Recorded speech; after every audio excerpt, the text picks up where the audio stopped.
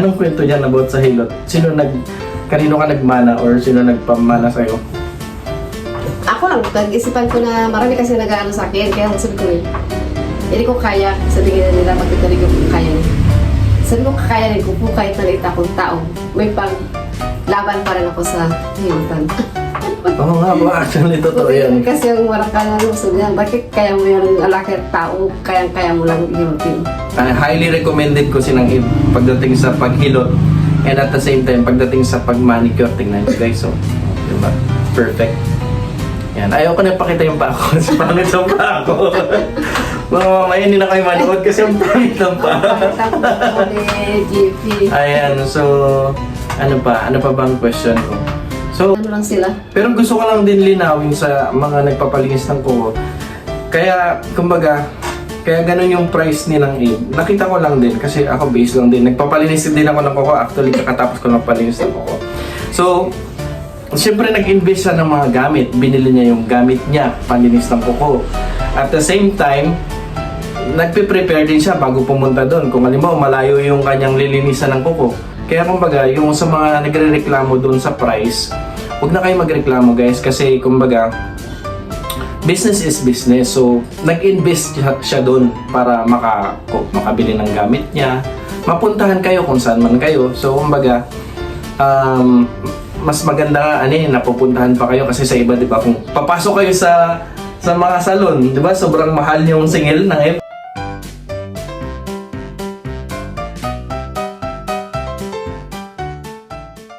Yan, hello guys, magandang araw sa inyo lahat. So, ngayong araw na to ay kasama ko yung aking pinsan na si Nang Abe Daco Libara. So, before siya magsalita, introduce ko lang siya. Actually, siya is from Busuanga, Palawan. At isa sa mga hanap buhay niya is isa siyang manicurist. So, marami na po siyang nalinis na kuko. Marami na po siyang naserbisyuhan ng mga tao doon, specifically doon sa Busuanga. Even sa Coron, marami po siyang mga kliyente or customers doon na nililinisan yung kuko. And at the same time, hindi lang po siya doon magaling. At the same time, marunong din po siya maghilot ng mga tao na may lamig sa likod at may mga sakit. So after mahilot, sobrang nagiging masaya yung mga customer at client niya kasi kumbaga nagiging maginhawa yung kanilang pakiramdam after na mahilot. So, yan. Kwentuhan lang kami ngayon, di ba, ng Abe? Tama ba? Oo. So, gusto ko lang itanong, dun sa part nung pag may mga customer ka na nagtatanong about sa price, di ba yung iba kasi parang nagre-reklamo sila, bakit ganito yung price mo? Ganito yung price mo. Anong gusto mong sabihin dun about doon? Sabi ko dapat ano ko na rin kasi malayo na narating ko.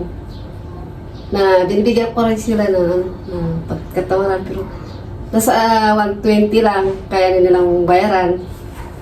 Okay na rin sa akin yun kasi lahat ng bagay pinupuntahan ko bahay-bahay. Narating ko man kung saan man ako nakakarating. At least na pupuntahan ko naman tao na kahit malayo narating ko pa rin.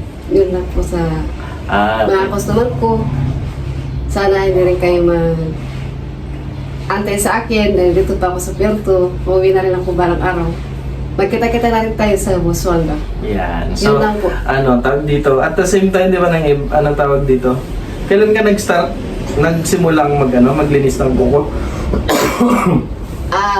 Nagsimula ako ay wala pang 2000, wala pang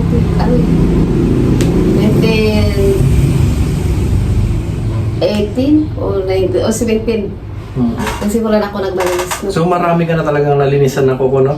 Dami na. Ano minsan yung mga na-encounter mong minsan ba mahirap or madali lang din ba? Oo. Minsan may malakas din, minsan mahina kasi hindi lahat ng tao pare-parehas ang bayan nila. Yes. Ganun lang kasi ang Tapos hindi naman lahat araw-araw nagpapalinis ng kuko, no? Oo, may lang sila. Pero gusto ko lang din linawin sa mga nagpapalinis ng kuko. Kaya, kumbaga, kaya ganun yung price nilang Abe. Nakita ko lang din kasi ako base lang din. Nagpapalinis din ako ng kuko. Actually, kakatapos ko ng palinis ng kuko. So, siyempre nag-invest siya ng mga gamit. Binili niya yung gamit niya, panlinis ng kuko.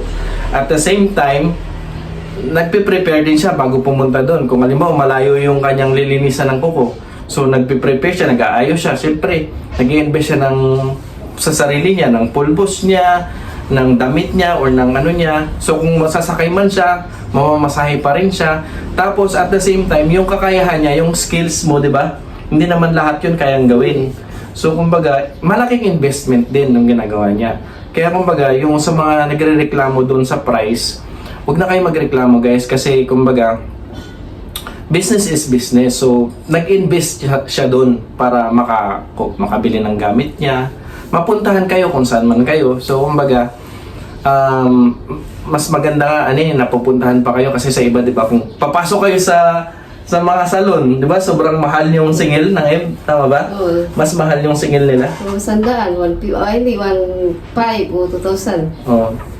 Hindi, yung paglinis ng kuko, mga 200 pa, no? Mga ganun. Ay, 1.5 pa, di ba? No, 300. Oh, 300 to 500. So, sa kanya, 120 lang, pupuntahan pa kayo. So, yun lang. I mean, gusto ko lang i-share din na tawag dito. Kumbaga, ini-investan niya rin yung gamit. Di ba yung mga gamit mo? Ama? Mahal din lahat kasi kahit anong gamit, mahal din ito. Tama. Sige, ito naman, tanong ko naman sa part nung sa paghihilot, kailan ka nag-start na maghilot? I mean, anong kwento dyan? Mga 2 taon na rin. Anong kwento dyan about sa hilot? Kanino ka nagmana or sino nagpamana sa'yo? Ako lang, nag-isipan ko na marami kasi nag-ano sa akin, kaya sabi ko rin, hindi ko kaya, sabihin na nila, bakit hindi ko kaya. Sabi ko, kakayanin ko po kahit nalit akong tao. May paglaban pa rin ako sa hilutan. Oo nga ba, actually totoo yan. Kasi yung wala ka nga sabi niya, bakit kaya mo yung alakir tao, kaya mo lang hilutin. Actually, Buong katawan ay 500. yan. Actually, sobrang galing niya po maghilot kasi ako, saksi din ako kasi nagulat ako sa lakas maghilot sa likod. Kasi ako naman gusto ko ganon. Kasi syempre bilang medyo may mataba-taba yung likod, kailangan pisilin talaga yung likod para at least. Ang kanya mga ugat-ugat kasi nagkabara-bara, kaya ganun. Yun. Pero kung araw-araw, gabi-gabi ka paano, maaaring matanggal din. Mhm. Pero lang ilang beses lang ako magpunta dito sa'yo. Yan na nga eh. Pero natutunan ko pa rin na makapuntahan ka para malaman mo rin kung talagang Effective talaga. So yun, sobrang highly recommended ko sinang pagdating sa paghilot and at the same time pagdating sa pag-manicure. Tingnan nyo guys, so di ba? Perfect. Yan, ayaw ko na ipakita yung pa ako kasi pangit sa pa ako. Mga mamaya hindi na kayo manood kasi yung pangit ng pa. Ako ni GP. Ayan, so ano pa bang question ko? So aside doon ng Eb, anong mga ibang mga ginagawa mo sa buhay aside sa paglilinis or aside sa paghilot? Magagamot pa ako sa mga tao. Natutulungan ko na hindi na sila makabangon. Pinapainom ko na yan ng mga gamot para makatayo. So anong feeling kapag ka natutulungan mo yung tao? Pasma. Na ko na rin yan. Na tutunan ko na rin. So masaya ba sa pakiramdam? Anong feeling kapag nakakatulong ka sa tao? Na rin ako. Natutuwa ka? Pag ko yung tao na magaling siya, masaya na ako. Kasi Naggumaling siya? lahat ng tao, pag wala ko sa bulag, sabi niya, si Iba saan? Sabi ko, wala pa dyan. Pagdating, punta ko sa tao sa bahay. Hindi na makatayo, hindi na makahinga. Parang, pinuntahan ko lang. Pinisil-pisil mo? Pagsuhan ko yan, pagsuhan ko kung Okay. pasma siya, kung ano na kain niya. Ice cream. Pero sa tingin mo, saan mo yun naman Kay tatay mo, kay nanay? Tatay. Okay. Si tatay kasi magagamot din dati. Ngayon, disiplin na lang. Siya na lang pinupuntahan. Ba nagpagamot ng kolibra, sakit ng tiyan. Siya na rin ang pinagpunta na lang doon na matang. Si Tay Aming. Ako Actually, naman, pinupuntahan, pinapapunta ko doon sa baba, pinapunta ko saan.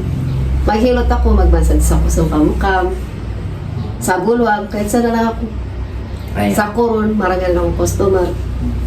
Kaya narating ko na rin ang lahat. Kahit sa Puerto, napuntahan ko na rin, maghilot lang ako. yan, kahit dito sa... Siksikan. O ibig sabihin, di ba, kahit Actually, sinang Eve din at the same time, dala niya palagi yung kanyang panlinis, even sa oil. Nakarang araw lang niya nadala.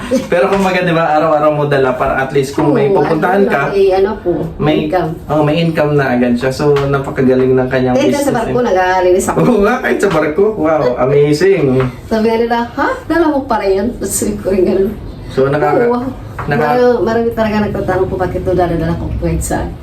Nakaka-inspire yung kanyang sipag kasi kahit saan siya, talagang naghahanap buhay siya para, syempre, para tulungan yung sarili niya at family mo din, di ba?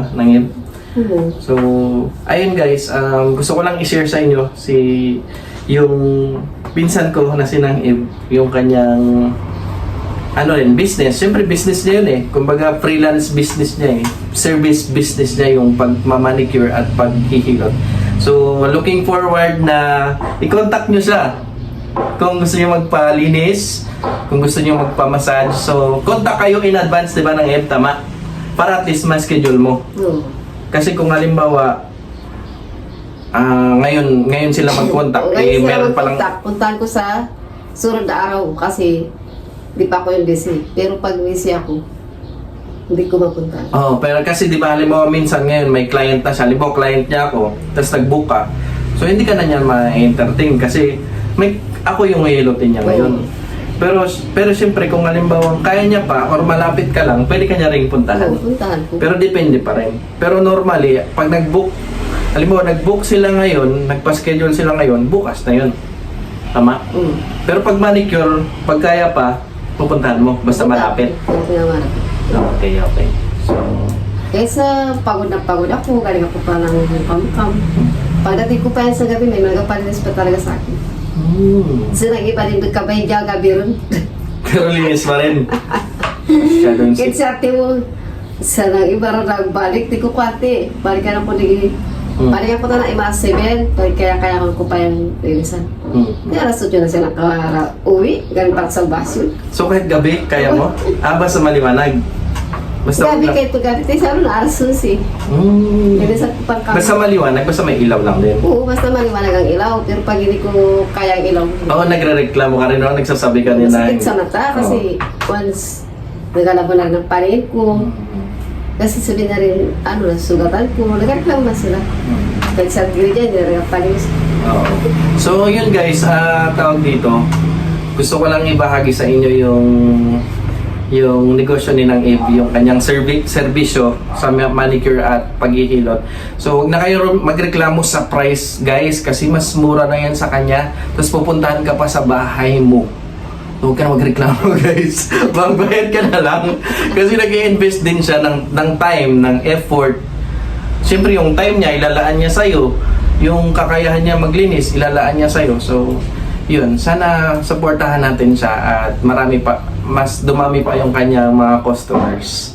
So, yun lang. Anong gusto mo sabihin sa mga nanonood? Salamat din sa nagpapanood sa akin na ngayon lang ako nakapag-live kasi kapag-vlog. ganito nagpunta ako dito kay GP Dako dahil maghilot na ako sa kanya. Yun lang po. Salamat. So, yun. Maraming salamat sa panonood, guys. Sana supportahan natin si Nang Eve sa kanyang freelance business. Bye! Ipaano mo rin sila? Follow. Ay, follow mo rin siya. I-follow nyo rin sa... I-follow nyo rin Ay, siya sa... ipapalo nyo rin siya. Lipit ako. ulit.